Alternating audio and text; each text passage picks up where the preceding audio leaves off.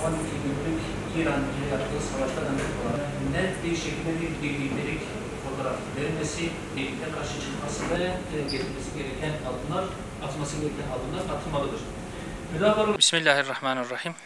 Değerli arkadaşlar ve dışarıdan gelen değerli misafirlerimiz, hepiniz hoş geldiniz. Değerli basın mensubu arkadaşlarım, dün malum hep beraber takip ettik. Yine katliamcı, soykırımcı terör şebekesi İsrail, Suriye'ye birçok saldırıda bulundu. Şam'ın merkezi başta olmak üzere Deraa şehri ve çevresinde de birçok saldırıya ve katliama imza attı yine. Biz bu saldırıları şiddetle lanetliyoruz, telin ediyoruz. Bu saldırılar da bir kez daha net bir şekilde ortaya koydu ki bölgedeki hiçbir ülke Siyonizmin şerrinden, Siyonizmin saldırılarından emin değildir, güvende olamaz. Burada net olarak yine anlaşılan bir hakikat de şudur: İsrail'in terör şebekesinin anladığı bir tek dil var, o da şiddettir.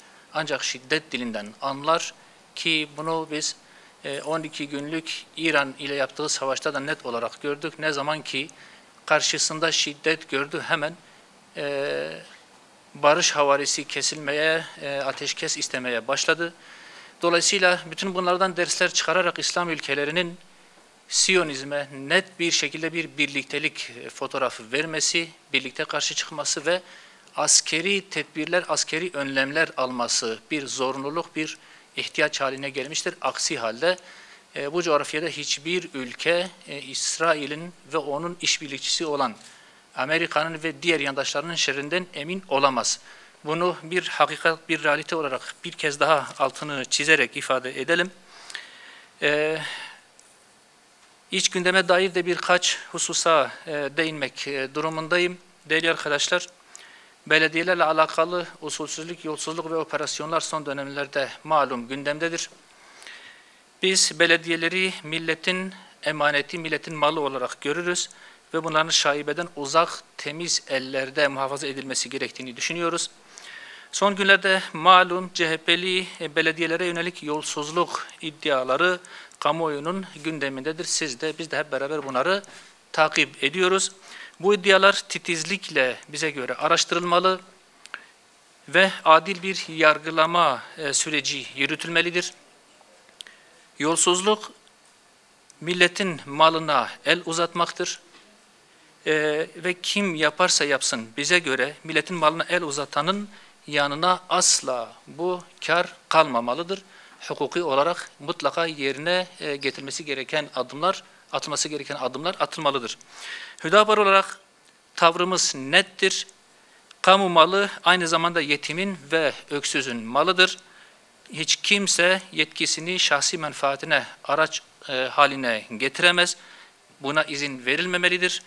Yolsuzluk yapan hangi partiden olursa olsun, CHP'sidir, AK Partisi'dir, diğer partileridir, İYİ Partisi'dir, kim olursa olsun mutlaka hesabı sorulmalı ve hukuki anlamda sonuna kadar gidilmelidir.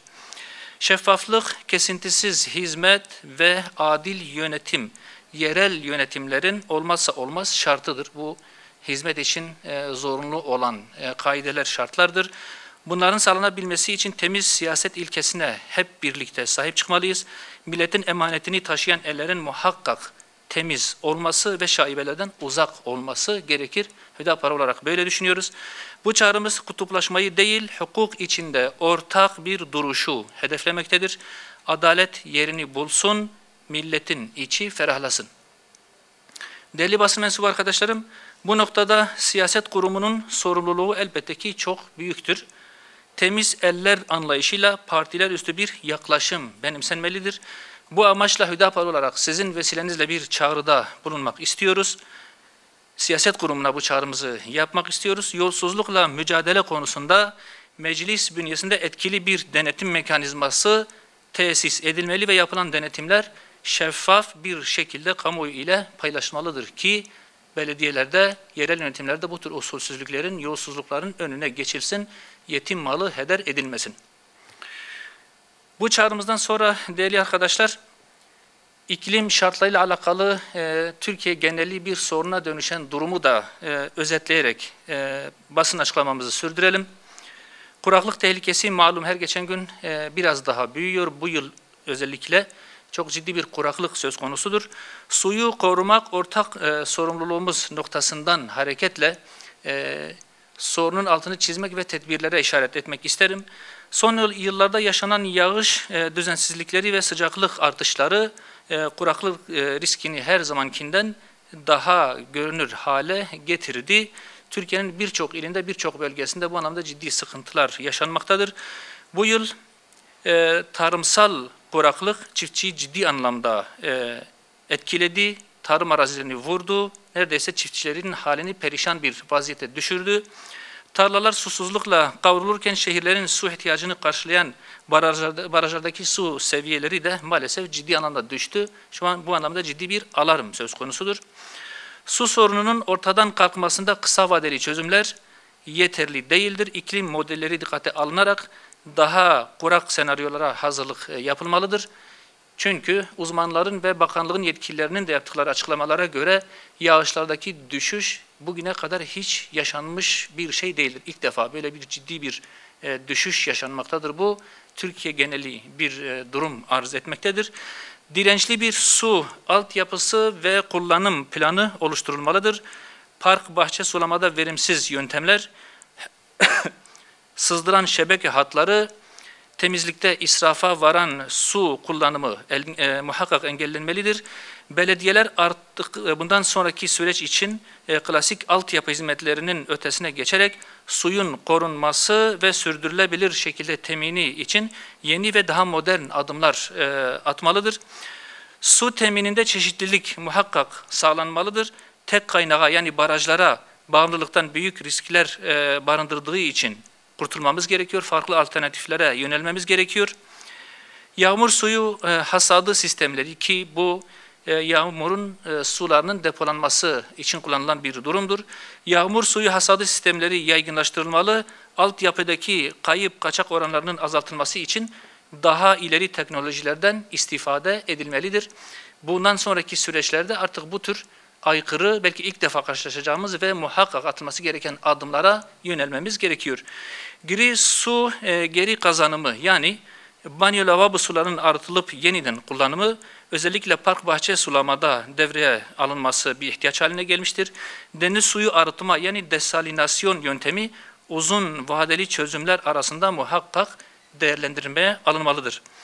Aynı şekilde vatandaşlarımızın da bu sürece katkısı hayati önemdedir.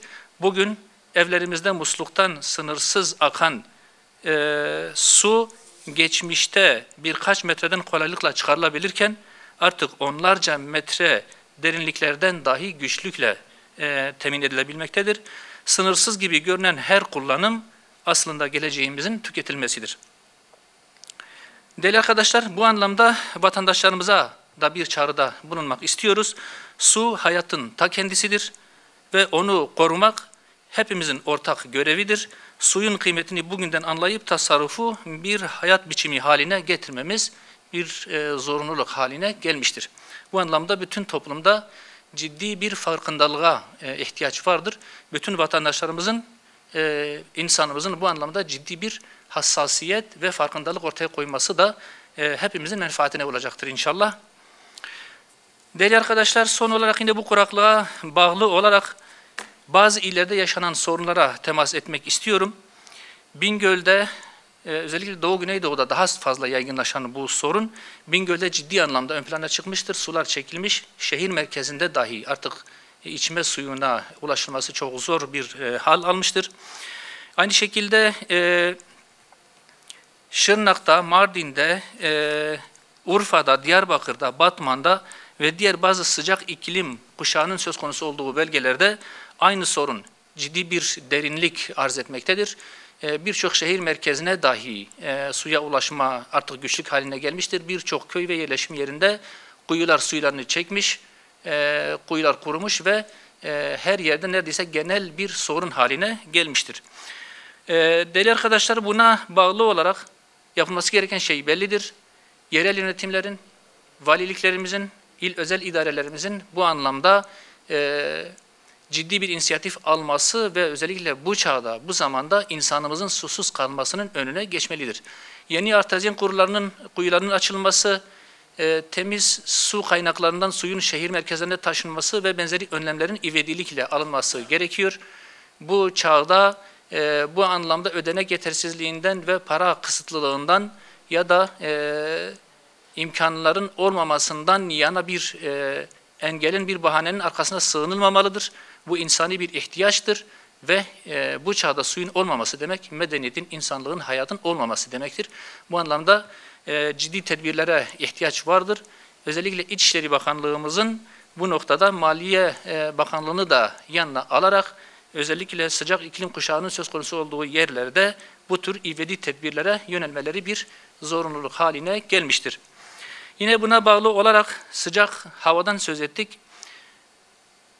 Yine Güneydoğu illerimizde özellikle yaygın olarak hissedilen sıcaklıklar hayatı hakikaten felç etmiştir. Özellikle Urfa, Şanlıurfa, Mardin, Şırnak gibi sınır illerinde, Diyarbakır ve Batman gibi illerde hayatı ciddi bir sıkıntıya maruz bırakan hava sıcaklıkları söz konusudur. Cizre, Silopi, Nusaybin, Kızıltepe gibi yerlerde sıcaklık derecelerinin 47 dereceyi bulduğu bir süreçten söz ediyoruz. Dolayısıyla neredeyse günün 24 saati boyunca klimaların çalışması lazım ve bu çok yüksek hem elektrik ihtiyacı hem yüksek faturalar anlamına geliyor. Bugün o bölgelerde yaşayan insanlarımız bu klimaları çalıştırıp elektrik bedellerini ödemekte ciddi bir sıkıntı ile karşı karşıya kalmıştır. 8 bin, 10 bin, 12 bin TL'lik faturalardan söz edilmektedir. Zaten dar gelirli vatandaşların yoğun olarak yaşadığı bir bölgeden söz ediyoruz.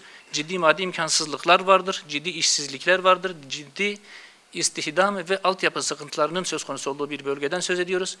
Dolayısıyla bugün için o sıcak kuşağın söz konusu olduğu bölgelerde özellikle elektrik faturalarında devletin yardımına ciddi anlamda ihtiyaç vardır. Bu faturaların bir şekilde devlet tarafından bir kısmının dahi olsa karşılanması ve vatandaşlarının elinden tutulması bir sosyal devlet ilkesinin gereğidir. Bu çağrıyı da buradan yaparak basın açıklamamızı bitirmek istiyoruz.